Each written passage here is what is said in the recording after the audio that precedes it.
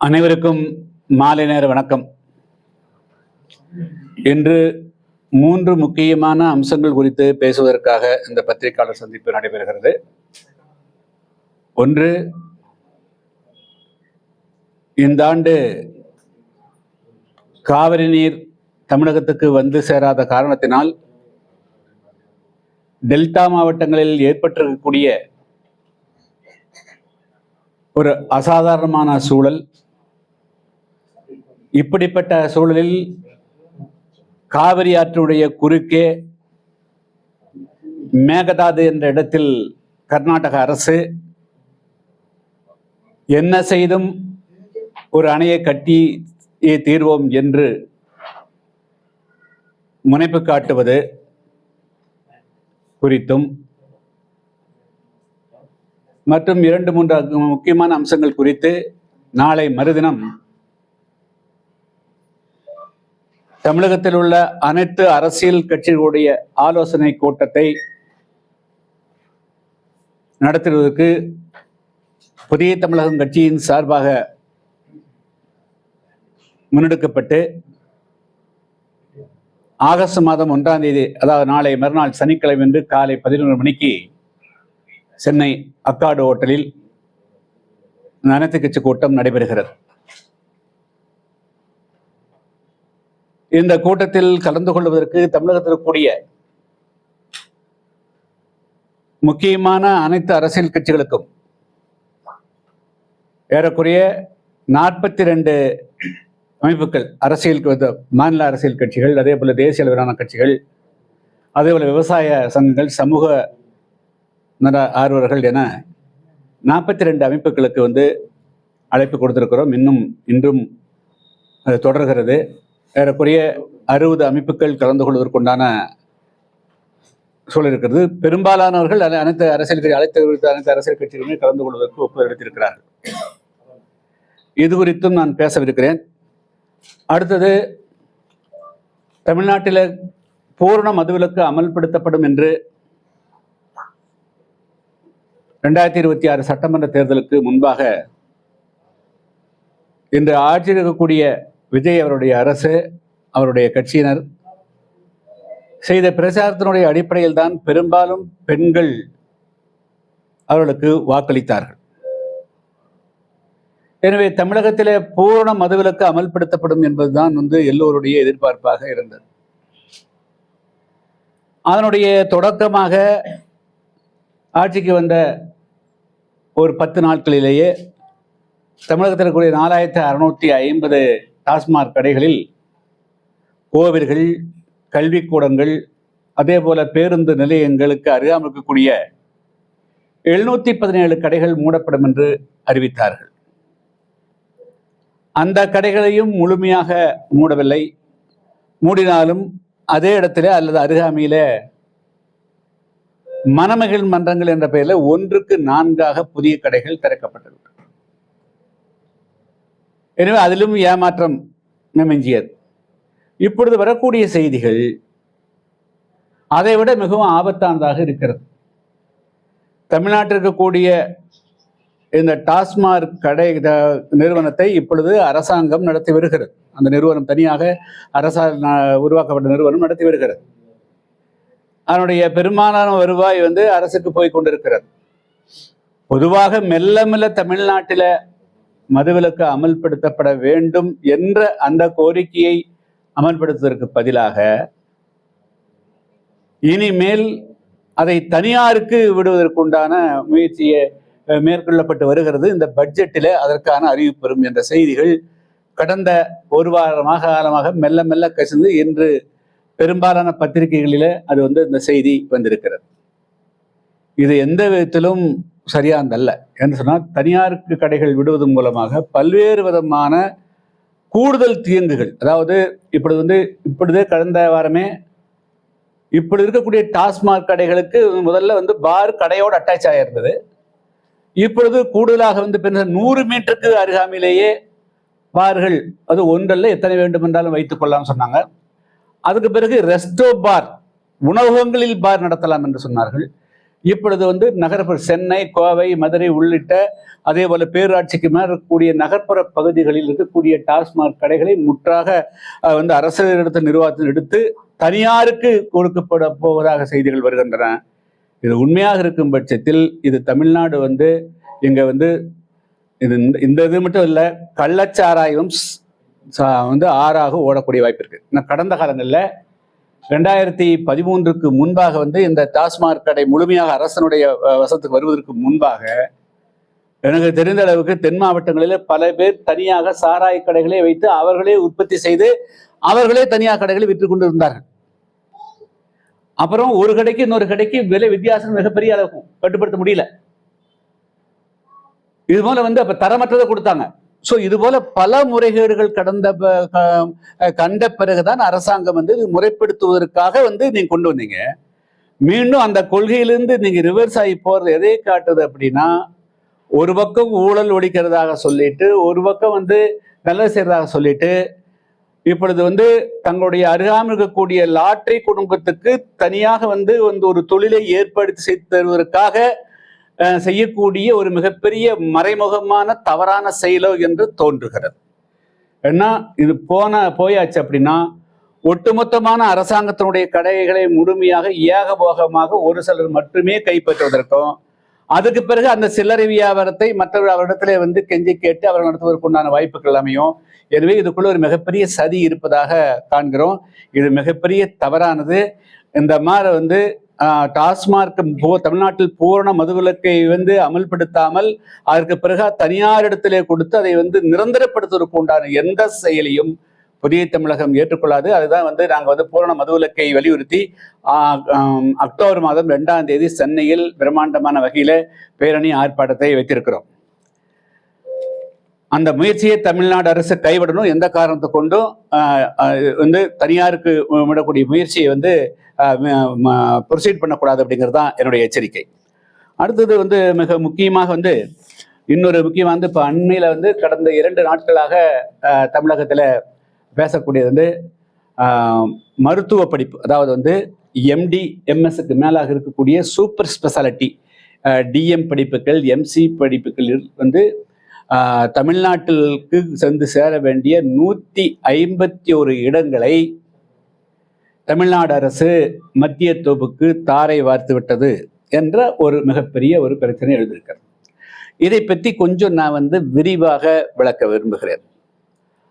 தமிழ்நாட்டில் இருக்கக்கூடிய அரசாங்க மருத்துவக் கல்லூரிகள், மருத்துவமனைகளில் இந்த சூப்பர் ஸ்பெஷாலிட்டி, அதாவது வந்துங்க நரம்பியல், பிளாஸ்டிக்கு, பீடியாட்ரிக் சர்ஜரி, அதுபோக வந்து கேஸ்ட்ரோஎன்ட்ராலஜி, அப்புறம் வந்து கிட்னி டிரான்ஸ்பிளான்டேஷன் பண்ணக்கூடிய எம்சிஹெச், இது போன்ற சூப்பர் ஸ்பெஷாலிட்டி, அதாவது வந்து உயர் சிறப்பு படிப்புகள், அது வந்து டிஎம் கார்டியாலஜி இருக்கும், டிஎம் நெஃப்ரோ இருக்கும், டிஎம் நீரோ இருக்கும், இது போன்ற படிப்புகள். அதே போல எம்சிஹெச் நீரோ, எம்சிஹெச் பிளாஸ்டிக், எம்சிஹெச் கார்டியோதெராசிக், இது போன்ற படிப்புகளுடைய மொத்தமா வந்து தமிழ்நாட்டிற்குரிய அரசு மருத்துவக் கல்லூரிகளில் வந்து 422 சீட்டு மொத்தம். இதுக்கு முதல்ல என்னவா இருந்ததுன்னா 2017க்கு முன்பு வரையிலும் இந்த 422 இடங்களையும் மத்திய தொகுப்பு போயிடும், சென்டர் போயிடும். நீட் எழுதி அதன் மூலமாகத்தான் தமிழ்நாட்டிற்கு கூடிய மாணவர்கள் தமிழ்நாட்டிற்கு கூடிய மருத்துவக் கல்லூரிக்கே வர முடியும். 2017க்கு பிறகு அந்த ஆட்சியில் இருந்தவர்கள், அதே போல வந்து வெளியிருந்து சில நாடாளுமன்ற உறுப்பினர்கள் வழக்கு தொடுத்து அந்த மொத்த இடத்துல பாதி இடத்தை தமிழ்நாட்டுக்கு கொடுக்கணும் அப்படின்னா 422ல் 211 இடம் வந்து தமிழ்நாட்டுக்குரிய சர்வீஸ் கேண்டிடேட்ஸ், யாரெல்லாம் வந்து அரசாங்க பணிகளில் இருக்கிறார்களோ, உதவி மருத்துவர்கள், பிரைமரி ஹெல்த் சென்டர்ல பணியாற்றக்கூடியவர்கள், தாலுகா மருத்துவமனைகள், அதே போல மற்ற பயிலக்கூடியவர்களுக்கு வந்து சர்வீஸ் தமிழ்நாடு அரசாங்கத்துல யாரெல்லாம் வந்து வேலை செய்கிறார்களோ அவர்களுக்கு வந்து இடம் கொடுக்கணுங்கிற அடிப்படையில் 50% இடங்கள் கொடுக்கப்பட்டது.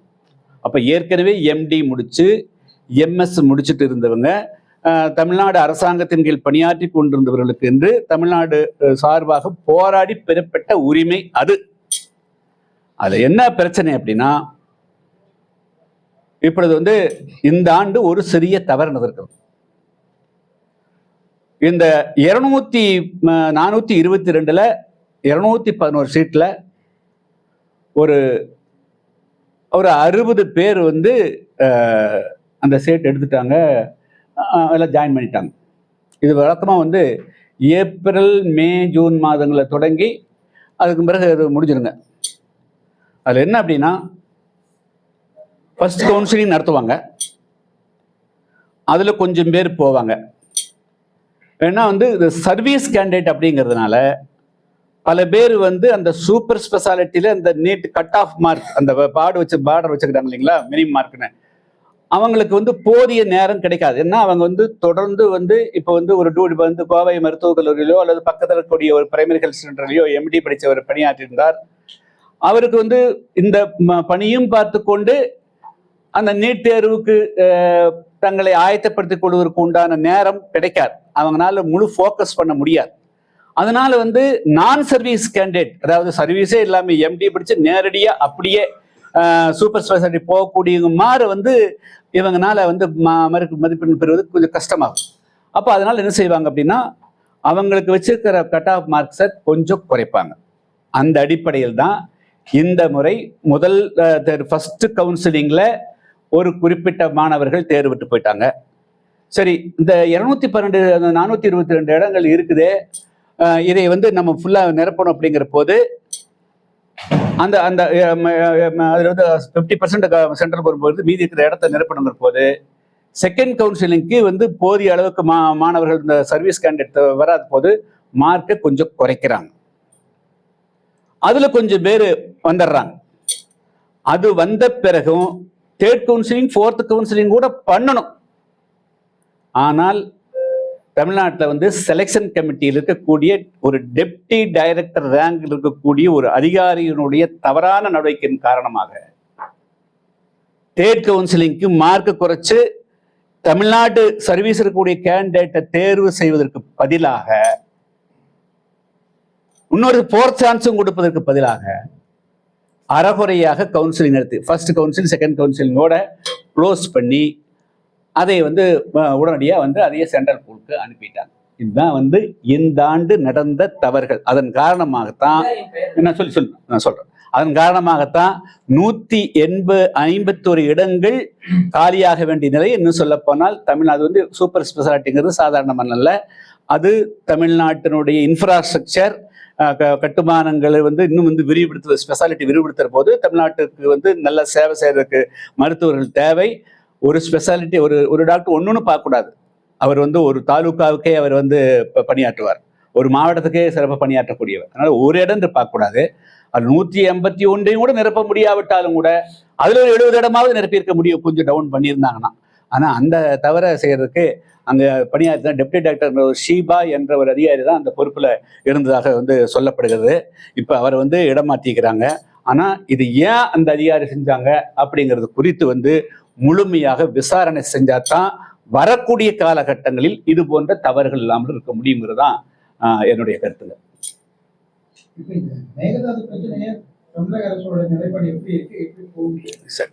அதாவதுங்க, மேகதாது அணை வந்து மட்டுமல்ல, எந்த அணைகள் காவிரி ஆற்றினுடைய குறுக்கே காவிரி தொடங்கப்பட்டு காவிரி கர்நாடகத்துக்குள் வரக்கூடிய அந்த பாதையில் ஆகட்டும் சரி, ஏற்கனவே அணைக்கட்டுகளை தவிர அதே போல தமிழ்நாட்டில் ஓடக்கூடிய பகுதி எதாக இருந்தாலும் சரி, காவிரி நதிநீர் மேலாண்மை வாரியம் அந்த உருவாக்கப்பட்ட பிறகு அதனுடைய தீர்ப்புக்கு பிறகு புதிய ஒரு சின்ன அணைக்கட்டுகள் கட்டுவது என்று சொன்னாலும் கூட அந்த எல்லா மாநிலங்களுடைய ஒப்புதலோடு தான் வந்து அணை கட்டணும்.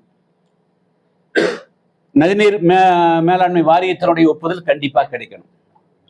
ஆனால் அதை பற்றி சிறிதும் கூட கவலைப்படாமல் அதுக்கு வந்து ஒப்புதலே இல்லாம கர்நாடகம் தொடர்ந்து அந்த முயற்சி எடுத்துக்கொண்டே இருக்கிறது. இதுக்கு வந்து ஒரு முழுமையான தீர்வு வேணுங்க. தொடர்ந்து வந்து தமிழ்நாட்டு மக்களை எப்பொழுதுமே வந்து அவர்களுக்கு வந்து அதிகமான மழை பெய்தால் சர்ப்ளஸ் வாட்டருக்கு மட்டும்தான் தமிழ்நாட்டுக்கு வருங்கிற அவன் நிலையை தொடர்ந்து வச்சிருக்கிறாங்க. நீங்க வந்து கடந்த 10 வருஷத்துல நீங்க வந்து காவிரி நதிநீர் வந்து எப்பெல்லாம் திறந்து விட்டுருக்காங்க பார்த்தா எவ்வளவு வந்திருக்குன்னு பார்த்தா நம்மளுக்கு வந்து மே மாதம் June July August distress period, அதுதான் மிக முக்கியமான காலகட்டங்கள். அந்த காலகட்டங்கள்ல கர்நாடக அரசு நமக்கு வந்து மே மாசத்துல 9.2 டிஎம்சி தண்ணி திறந்து விட்டாங்களான்னா விடல, 2 தான் விட்டுருப்பாங்க, 2 தான் திறந்து விட்டுருப்பாங்க. அதேபோல் ஜூன் மாசம் வந்து 14 கொடுக்கணும்னா கொடுத்துருக்க மாட்டாங்க, ஜூலை மாசம் 24 கொடுத்துருக்க மாட்டாங்க. வெரி ரேரா 1 வருஷம் 2 வருஷம் மிக மிந்திய மழை பெஞ்சிருந்தா அந்த நேரத்தில் வந்திருக்குமே தவிர, பொதுவாக வந்து அந்த காவிரி நதிநீர் மேலாண்மை வாரியம் மற்றும் ஒழுங்காற்று ஆணையத்தினுடைய படி ஒரு முறை கூட இந்த 10 ஆண்டு காலத்தில் கர்நாடகம் நடந்து கொள்ளவில்லை. எனவே தொடர்ந்து நம் தமிழ்நாடு வந்து வஞ்சிக்கப்பட்டு வருகிறது. இப்பொழுது என்ன தஞ்சாவூருடைய நிலைமைனா, குறுவை மிக முக்கியமான சாகுபடி, அதாவது குறைந்த காலம். இப்போ அது வந்து இனிமேல் வந்து தண்ணீர் வந்தாலும் கூட ஒன்றும் செய்ய முடியாது. அடுத்தது இப்பொழுது வந்து அந்த பகுதியில வந்து அந்த 3 மாவட்டங்களில் குடிப்பதற்கு கூட தண்ணீர் இல்லாமல் வந்து வறட்சியை வந்து குடிநீருக்காக மக்கள் வந்து போராடக்கூடிய அவல வந்திருக்குதுங்க. ஸோ அதனால வந்து இந்த காவிரி நீர் பிரச்சனையில நதிநீர் ஆணையம் அமைக்கப்பட்டு உச்சநீதிமன்றம் தீர்ப்பு கொடுத்த பிறகும் தொடர்ந்து கர்நாடகம் வஞ்சிக்கிறது. அங்க இருக்கக்கூடிய அரசுகள் ஏன் அனைத்து கட்சி கூட்டம் தமிழ்நாட்டில் ஏற்பாடு பண்ணிக்கிறேன்னா, கர்நாடகத்துல காங்கிரஸ் அங்க தேசிய கட்சிகள் தான் மேக்சிமம் ஆட்சிக்கு வருதுங்க. காங்கிரஸ் ஆட்சிக்கு வந்தாலும் காங்கிரஸ், எதிர்கட்சியாகக்கூடிய பிஜேபி ரெண்டும் ஒன்றாக இருந்து காவிரி கர்நாடகத்தினுடைய உரிமையை விட்டுக் கொடுக்கறதில்ல, அவங்க பாதுகாத்துக்கிறாங்க. பிஜேபி ஆட்சியில் இருந்தாலும் காங்கிரஸ் 2 பேரும் அங்க கூட்டாக்குறாங்க காவிரி நீர் பொறுத்தளவு. ஆனா தமிழ்நாட்டில் தான் நம்ம வந்து ஒன்றுபடாமல் இருக்கிறோம். இந்த ஒரு பலகீனத்தை பயன்படுத்தி கொண்டு இப்பொழுது வந்து இந்த ஆண்டு ஒட்டுமொத்தமா காவிரியே வந்து ஒரு சொட்டு தண்ணீர் கூட கொடுக்கல.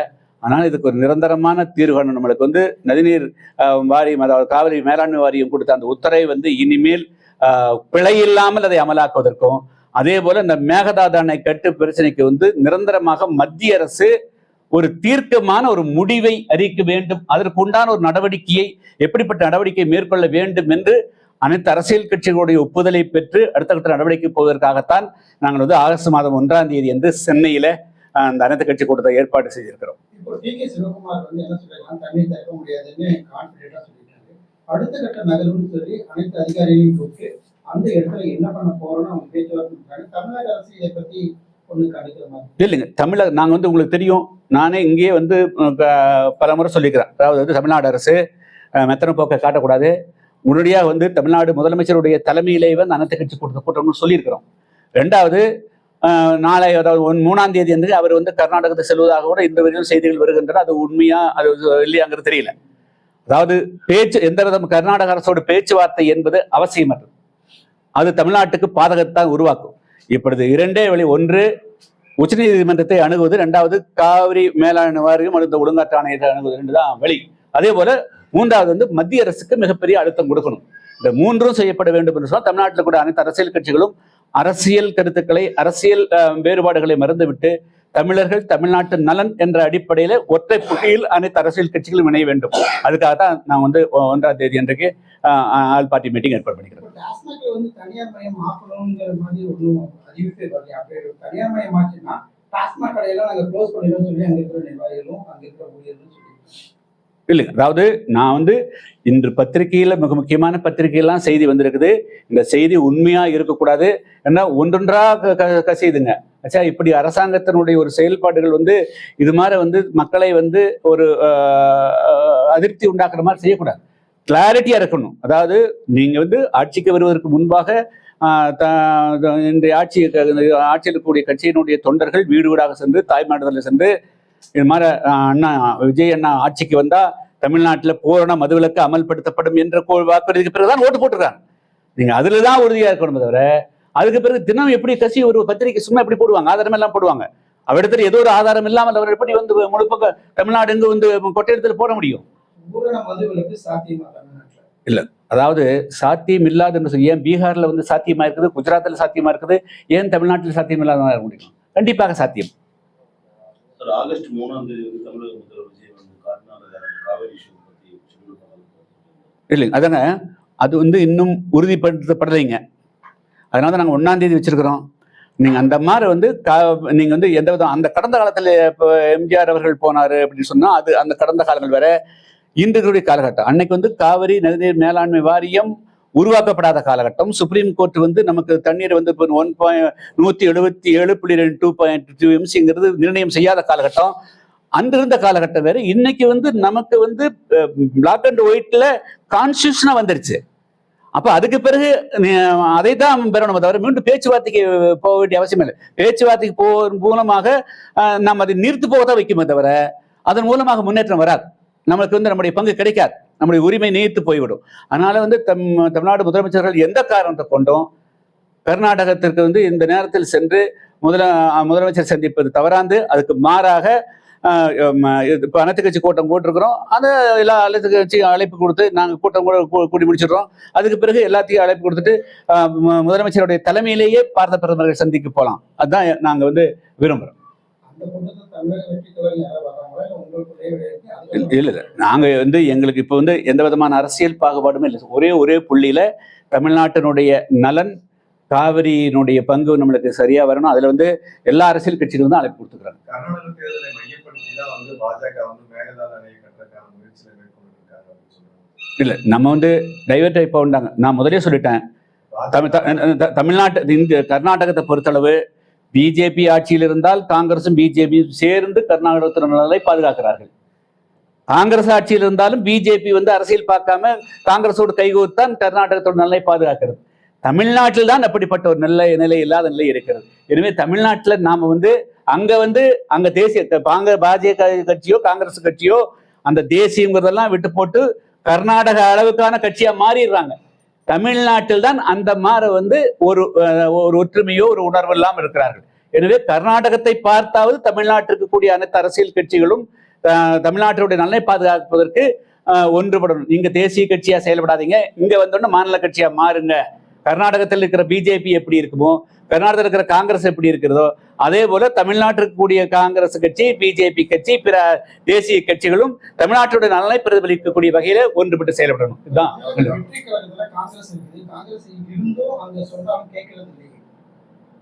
சார். நான் தான் சொல்றேன், இங்க தமிழ்நாட்டுடைய நலனை முன்னிறுத்தித்தான் அது காங்கிரஸ் கட்சியோ பிஜேபியோ அல்லது வேற எந்த கட்சியோ செயல்படணும். நீங்க தேசிய கட்சியா இருந்த ரெண்டு இரட்டை வேடம் இருக்கக்கூடாது. காங்கிரஸ் கட்சியும் இருக்கக்கூடாது, பிஜேபி இருக்கக்கூடாது. இரட்டை வேடத்தை காங்கிரஸும் தவிர்க்கணும், பிஜேபியும் தவிர்க்கணும். நீங்க முழுமையா தமிழ்நாட்டில் இருக்கக்கூடிய பாஜக முழு மூச்சோட தமிழ்நாட்டு பக்கம் காங்கிரஸ் இங்க இருக்க தமிழ்நாடு கூட்டணிக்காக இங்கொன்று அங்கொன்று பேசக்கூடாது. அவங்க களத்துக்கு வரணும். அவங்களுடைய பிரதிநிதிகளும் நாளை மறுநாள் நடக்கக்கூடிய பார்ட்டி மீட்டிங்ல கலந்து அவனுடைய கருத்தை சொல்லணும். தமிழ்நாட்டோடு இணைந்து பயணிக்கணும். Okay, thank you.